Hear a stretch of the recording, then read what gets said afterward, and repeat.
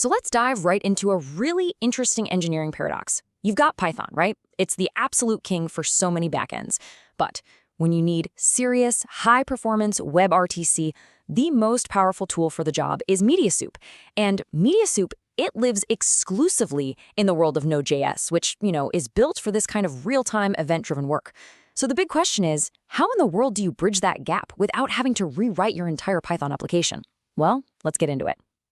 Okay, to really wrap your head around this, you gotta see the huge shift in philosophy. On the left, you've got the old way, this big, monolithic selective forwarding unit, or SFU. Just think of it like a giant, complex black box that you run as a totally separate server. Your app has to talk to it, but you don't really get to see inside. But now, look at the right. This is the modern way. Mediasoup isn't some separate server you have to manage. No, it's a library that you literally weave right into your own application code. That gives you incredible fine-grained control. The creator of Mediasoup, Inaki Baz Castillo, just hit the nail on the head with this. He asked, why do I need to run a separate standalone server? I just want to focus on the media transmission. And that's it. That's the whole idea. The goal was to build a lean, powerful, focused component just for media, not another massive service you have to babysit. And this right here creates a very real-world challenge for so many of us. I mean, your entire backend, all your user authentication, your business logic, your databases, it's all built and battle-tested in Python. But to get that absolute best-in-class real-time video performance, you need the raw power of Mediasoup, which only speaks Node.js. So, trying to just force a solution here usually leads to some major headaches. I mean, what are your options? You could try a massive rewrite of your whole backend in Node.js, which is incredibly high risk and super expensive. Or you could fall back on one of those older, clunky, monolithic servers. But then you're dealing with performance bottlenecks and a nightmare when you try to scale. Or you try to Frankenstein them together, creating this architectural mess by mixing your lightweight signaling with heavy media processing. It's a bad scene. Now hold on. Before we get to the really slick solution for all this, a quick word. We are building a community of really focused engineers right here, and we've set this long-term goal to hit 50 subscribers. Once we get there, we're going to host a special live intro session just for you all. Every single subscription gets us one step closer, so if you're getting value out of this so far, we'd absolutely love for you to join us. So, how do we actually solve this puzzle? Well, the answer isn't about trying to jam these two technologies together. Instead, we're going to use an incredibly elegant architectural design, and it's called the Sidecar Pattern. So, what is the Sidecar Pattern? It's a microservice design where you attach a secondary container, the sidecar, right next to your main application. Its whole job is to handle one specific specialized task. And the key here, the really important part, is that it runs alongside your main app, giving it new powers without being bundled up inside of it. This creates this beautifully clean separation of duties. And this diagram just makes it all crystal clear. Look at this. Your Python backend remains the brain of the whole operation. It's the orchestrator. It's handling all the user logic, the rooms, the permissions. And right next to it, in its own container, you have the Node.js sidecar with Mediasoup. This is your powerful, dedicated media engine. And how do they talk? Just simple, lightweight API calls. That's it. This creates just a perfect division of labor. Python gets to keep doing what it's amazing at, orchestrating all that complex business logic.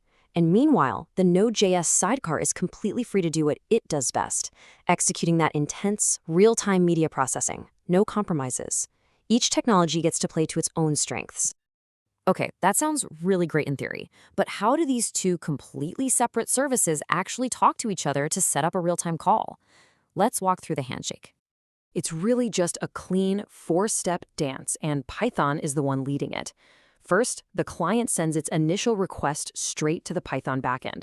Second, Python turns to the Mediasoup sidecar and says, hey, get a network transport ready for media. Third, Mediasoup does its thing, generates all the necessary security and connection parameters, that's your DTLS and ICE, and sends them right back to Python. And finally, Python just relays those parameters to the client. Boom, the stage is set. This diagram is fantastic because it shows the two totally separate paths for communication. You've got the signaling path, that's the thin, dotted line. This is the lightweight conversation, the setup, the negotiation, all managed beautifully by Python. But once that connection is made, Python totally steps out of the way.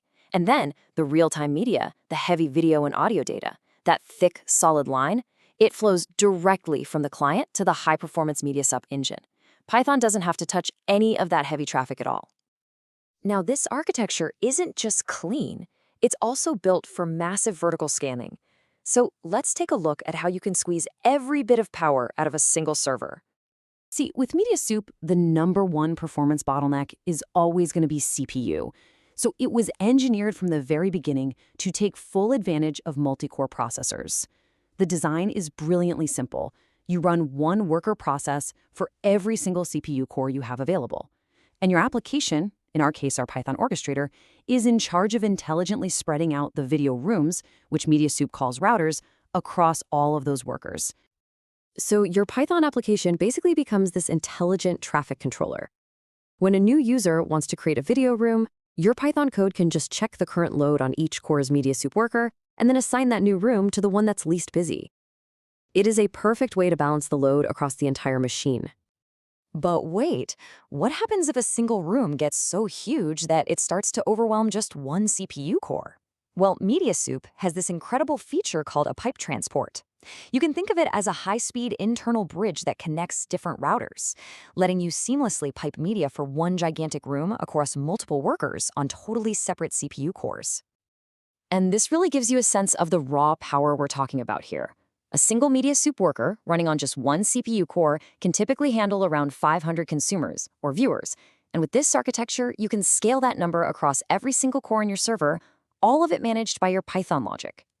Hey, before we wrap this up with the main takeaway, I'm genuinely curious if this is clicking for you. If this whole architecture makes sense, do me a favor and just take a second to type WebRTC in the comments below. It's a huge help for us to know if we're on the right track. And honestly, our goal is to get just 5 comments on this explainer. So after going through this whole setup, what is the core engineering principle we should really walk away with? What's the big picture lesson for any system architect? It all really boils down to this simple idea. Use the right tool for the right job and keep your concerns separate. Let Python orchestrate the business logic, all the rules, the users, the state of your application, and then let a specialized high-performance engine execute the raw, real-time media processing. And this right here, this is the blueprint for a truly modern, scalable, real-time application. You've got your powerful Python orchestrator, intelligently managing multiple dedicated Mediasoup workers with those PipeTransports ready to handle massive scale. It's powerful, it's flexible, and maybe most importantly, you get all of this without having to compromise your existing Python codebase. And this pattern isn't just for video. It leaves us with a great question to think about. What other really high-performance tasks could you offload using a sidecar? I mean, think about AI model inference or heavy data transcoding or really any other super CPU-intensive job that you could decouple from your main application logic. So, if you found this useful and these concepts clicked for you, the absolute best way to support us is to hit that like button and share this explainer with another engineer who you think would find it helpful. And of course, if you haven't yet, please subscribe to Lalit Official. Your support really does help our community grow and gets us that much closer to our live session goal. Thanks so much for watching.